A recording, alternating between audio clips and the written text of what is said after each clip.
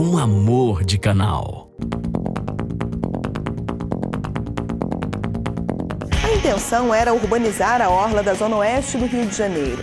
A promessa foi cumprida, mas a estrutura foi arrastada pelo mar 4 meses depois. Moradores indignados, danos ambientais e prejuízos aos cofres públicos. Esse foi o balanço do empreendimento que custou 13 milhões de reais. Além desse assunto, o Via Legal de hoje também mostra: moradores de Jaboatão dos Guararapes, na região metropolitana de Recife, tiveram as casas demolidas. Fomos pegos de surpresa. Não sabíamos assim que seria tão rápido assim, né? As famílias ocuparam os terrenos e construíram os imóveis de forma irregular, mas durante anos nada foi feito. E a gente começa mostrando a luta de quem tem câncer para ter acesso a benefícios previstos em lei. O Via Legal está no ar.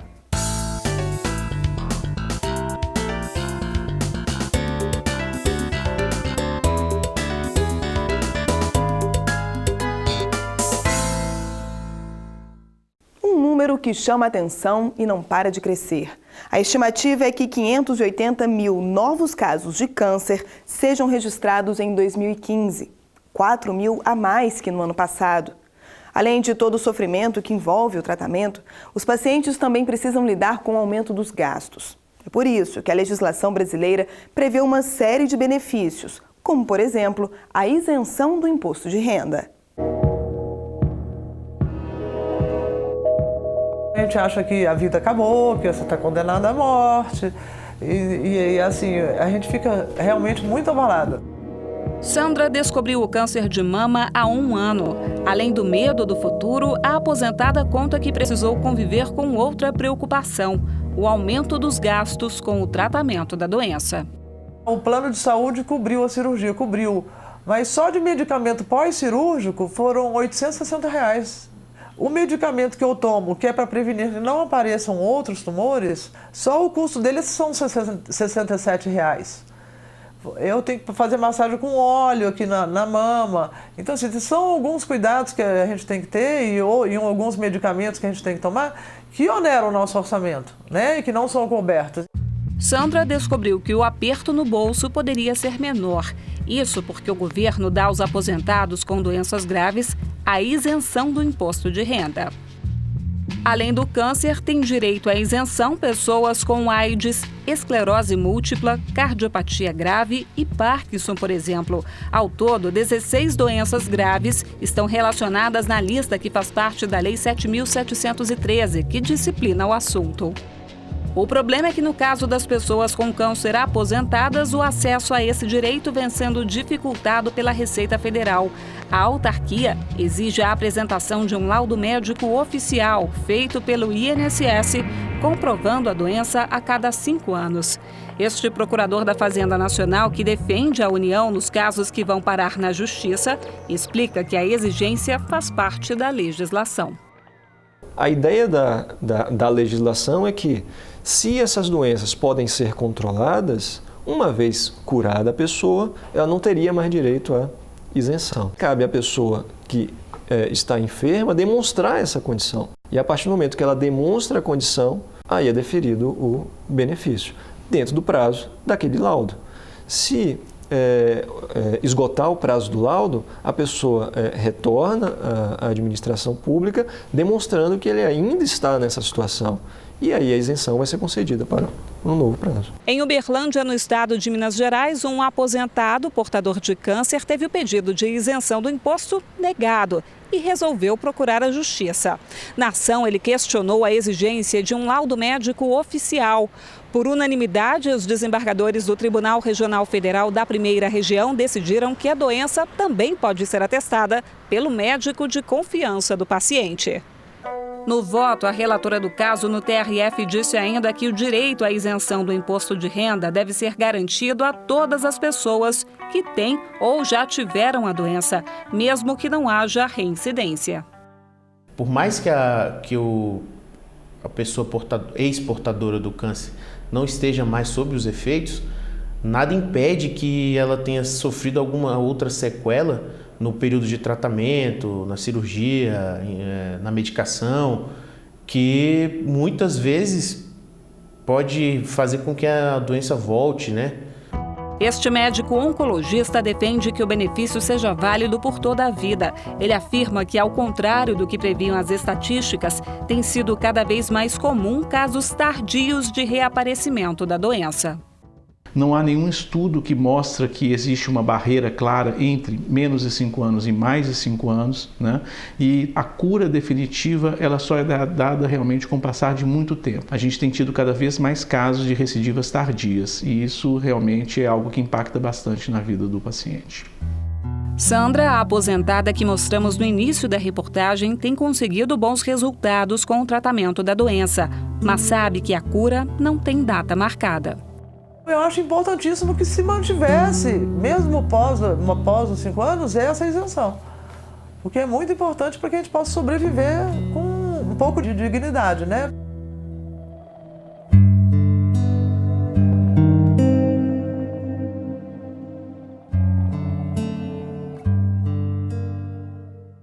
O assunto agora é habitação. Em Recife, uma sucessão de erros da Caixa Econômica e da Prefeitura causou transtorno a milhares de moradores e prejuízos aos cofres públicos. No conjunto habitacional Muribeca, centenas de prédios terão de ser demolidos e reconstruídos por causa de problemas estruturais. A situação fica ainda mais grave porque as casas ao redor do condomínio, construídas de forma irregular, serão atingidas pelas obras. Parece uma cidade fantasma, mas não. Esse é o conjunto residencial Muribeca, que fica em Jaboatão dos Guararapes, na região metropolitana do Recife. Há mais de 10 anos, os prédios apresentaram rachaduras e riscos de desabamento. Por isso, foram interditados pela Defesa Civil. Ao todo, são 69 edifícios, cada um com 32 apartamentos. Como os imóveis foram financiados pela Caixa Econômica, os moradores denunciaram o banco à Justiça. No Tribunal Regional Federal da 5ª Região, a instituição financeira foi condenada. E após um longo percurso, a decisão deste Tribunal Regional foi favorável aos mutuários e, afinal, determinou que a Caixa Econômica procedesse à reforma destes prédios. Houve alguns prédios que não apresentaram condições de reforma, por isso devem ser demolidos para que outros sejam construídos no seu lugar. A decisão foi comemorada pelos moradores do condomínio, mas trouxe muita preocupação a quem vive em ruas próximas ao conjunto habitacional. Nossa comunidade hoje vive sofrida, triste. Para que haja demolição é necessário que haja todo o movimento de um maquinário na região. E tem que se estabelecer a área de segurança, porque com a demolição certamente pode cair resquício de material de construção nessa área onde as pessoas estão morando. De acordo com a Caixa, essa área de segurança deve ter 12 metros a partir dos limites do condomínio. Isso significa que as casas dentro desse perímetro também precisam ser retiradas. A medida irá atingir 485 famílias que há 20 anos ocupam uma área pública de forma irregular.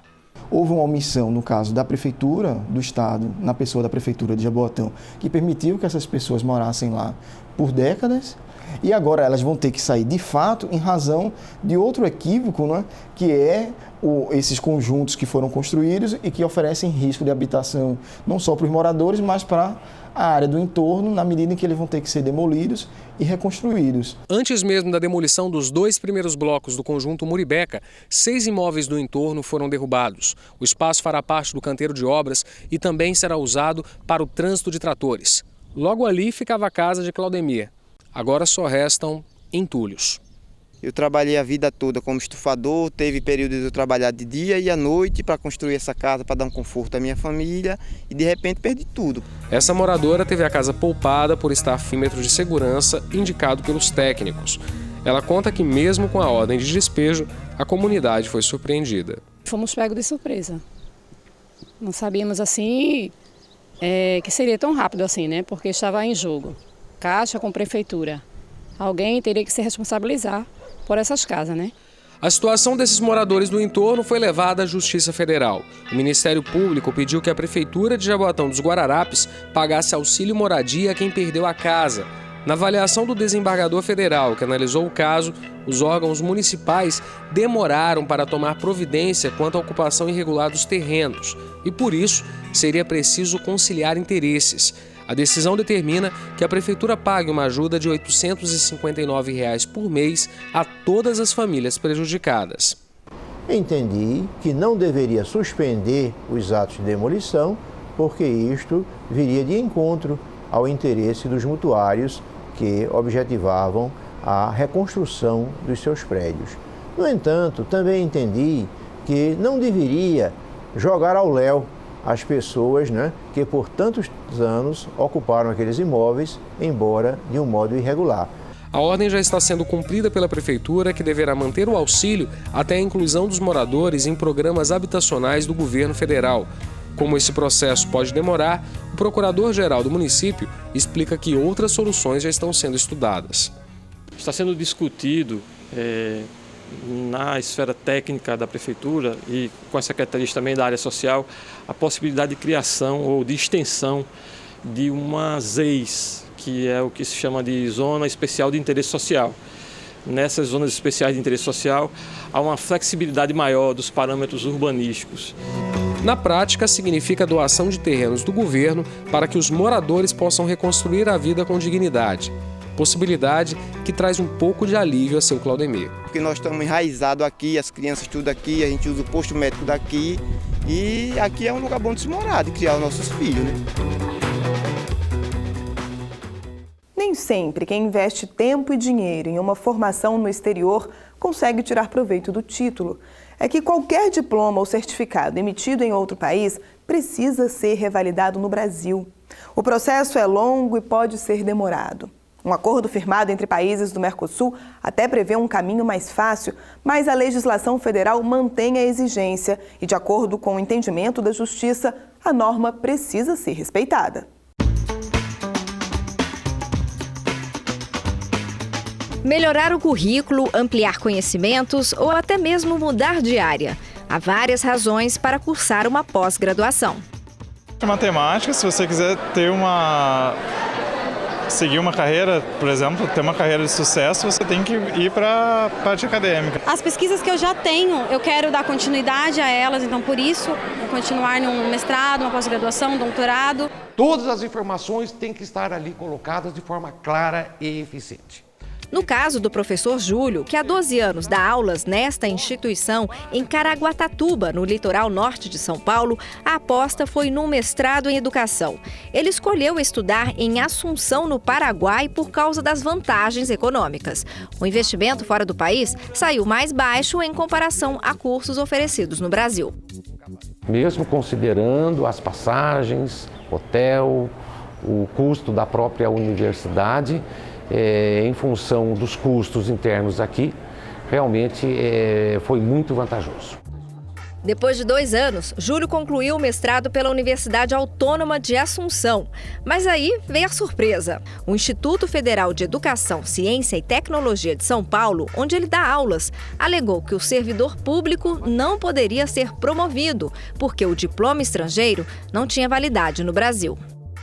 Qual era a nossa expectativa? O cumprimento do artigo 5º do decreto 5.518, que para efeito de educação não há a necessidade da validação dos diplomas do Mercosul.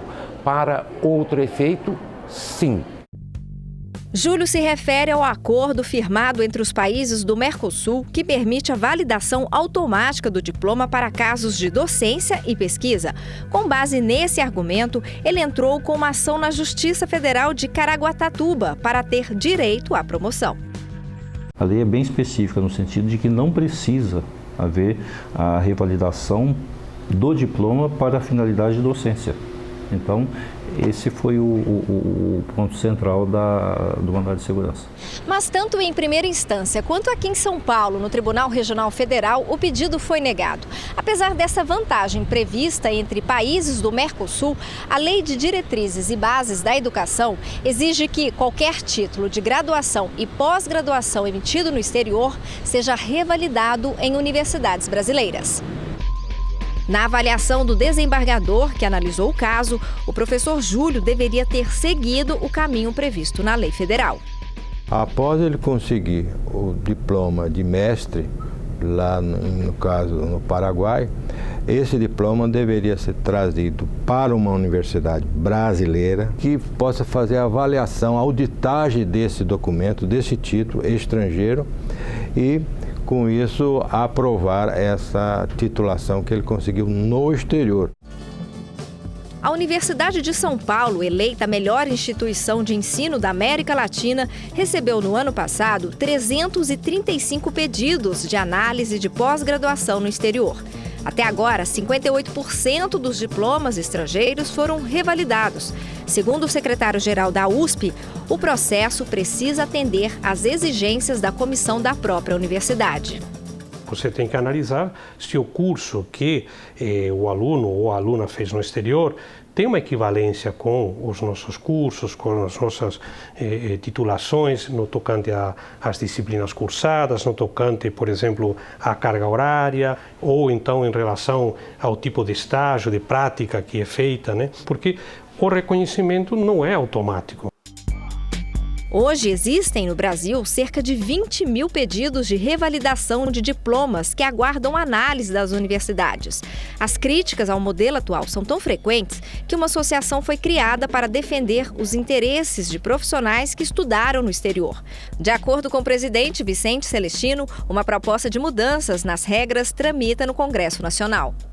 Esse projeto tenta justamente fazer este ajuste entre o decreto presidencial e a LDB, para que o direito à revalidação seja respeitado e efetivado no Brasil, porque, na realidade, os estudantes brasileiros não estão tendo seu direito respeitado.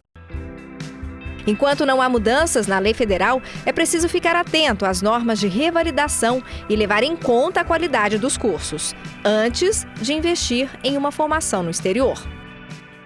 Você pode encontrar no exterior instituições de excelência, como também você encontra no Brasil instituições de excelência. Só que é preciso ter alguns cuidados, porque esse diploma é válido no país em questão. Não é válido automaticamente no Brasil, ele precisa ser revalidado, reconhecido. Daí a necessidade e a existência desse processo.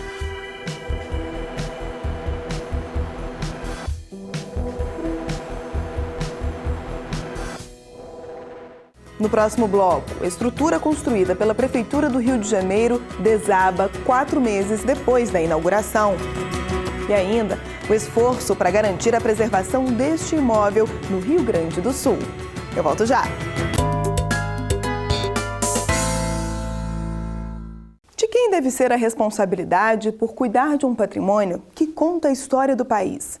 O poder público tem um papel importante nessa tarefa, principalmente quando o que está em jogo é a preservação de imóveis tombados.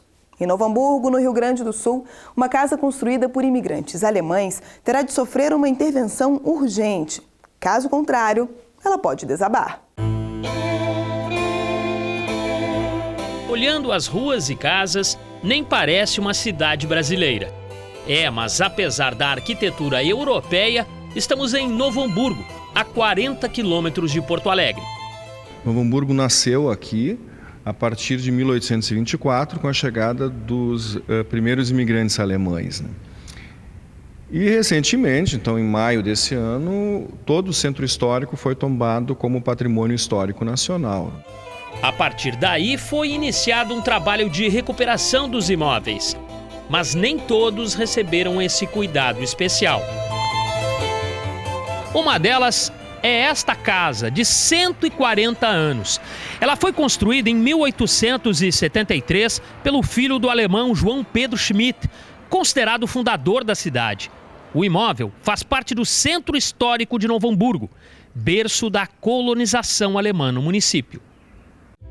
Apesar da relevância para a preservação histórica, a casa Nicolau Schmidt corre o risco de desabamento.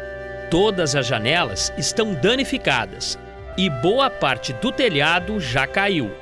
Ela sofreu muito houve essa obra de reforma na década de 60 sem nenhum critério, né?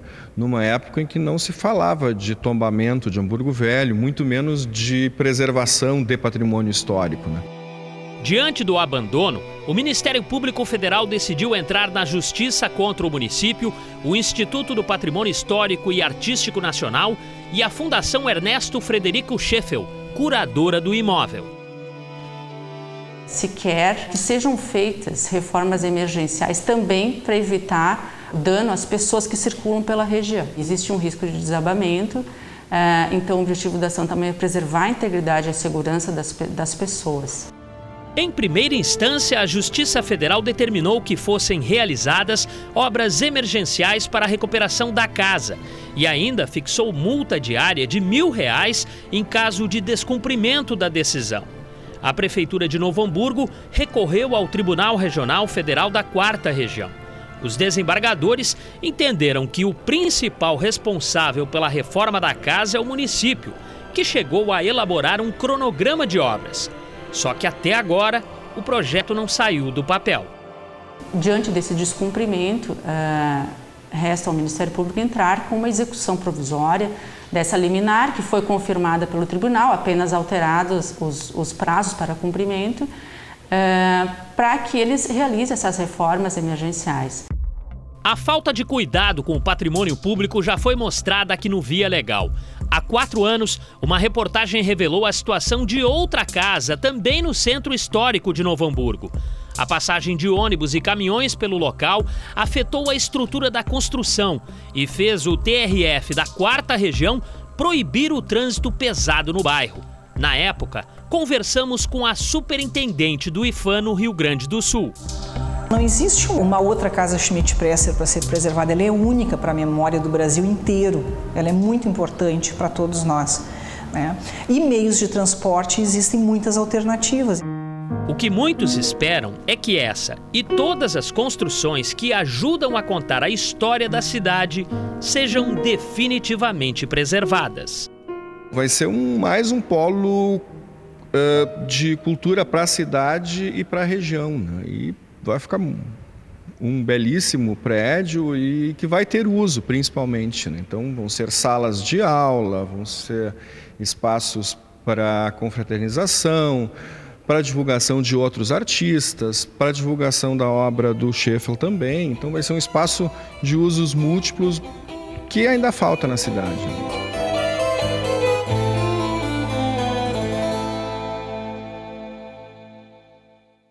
Um projeto que não deu certo deixou os moradores de um bairro do Rio de Janeiro indignados. A prefeitura cumpriu a promessa de urbanizar parte da orla, mas 4 meses depois da inauguração, a estrutura foi destruída pela força do mar. Além do prejuízo, as obras causaram danos ambientais e consequências difíceis de serem reparadas. Entre os moradores, a revolta. Descaso total, né, do poder público, que gasta o dinheiro em projetos que não se sabe direito a viabilidade do projeto. Do alto, os 1.500 metros da Praia da Macumba, na zona oeste carioca, encantam pela beleza. Mas de perto, sobram problemas. 3 quiosques caíram aqui, tem gente que investiu em quiosque e perdeu tudo.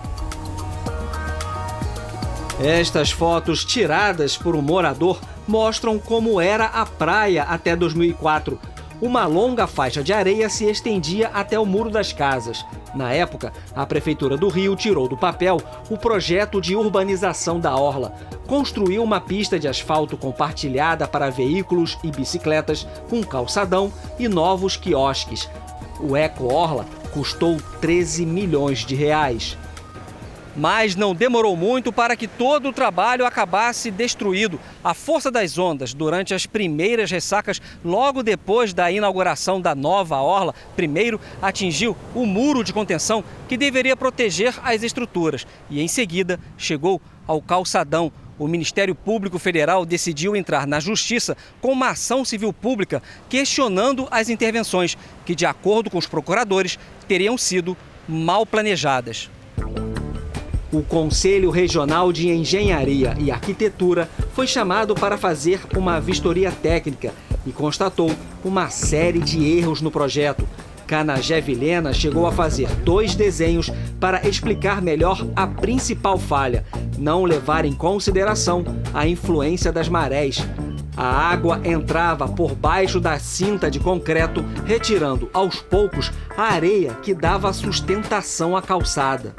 A execução da construção civil, ela não levou em consideração, por exemplo, a necessidade do muro de arrimo, que sustenta todo o passeio, estivesse protegido contra a ação das marés. Então, não houve nenhum interesse em tratar disso como um erro técnico.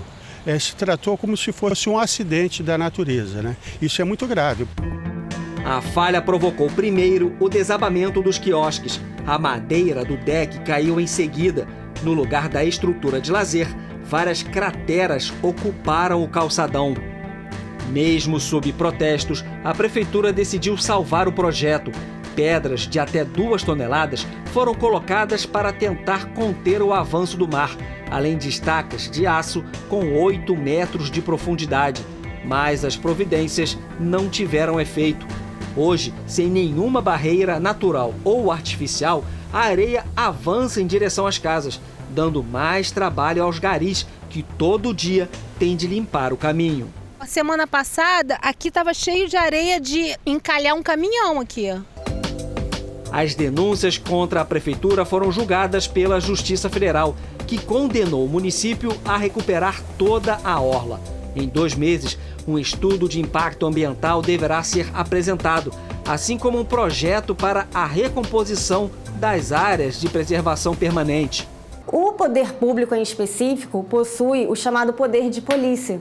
Significa dizer que deve limitar atividades particulares que possam vir a prejudicar o meio ambiente. Ora, se o município responde pela sua própria omissão na fiscalização, com muito mais razão deve responder também quando atua de forma comissiva, no sentido de poluir o meio ambiente, o que, a meu ver, agrava a situação. A prefeitura já avisou que vai recorrer. Enquanto o embate segue nos tribunais, os moradores já têm uma certeza. É inviável fazer um projeto igual. Vai gastar dinheiro jogado fora. Nosso dinheiro.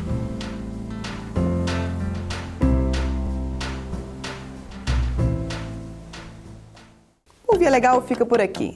A gente volta na semana que vem com outras histórias decididas pela Justiça Federal. Até lá!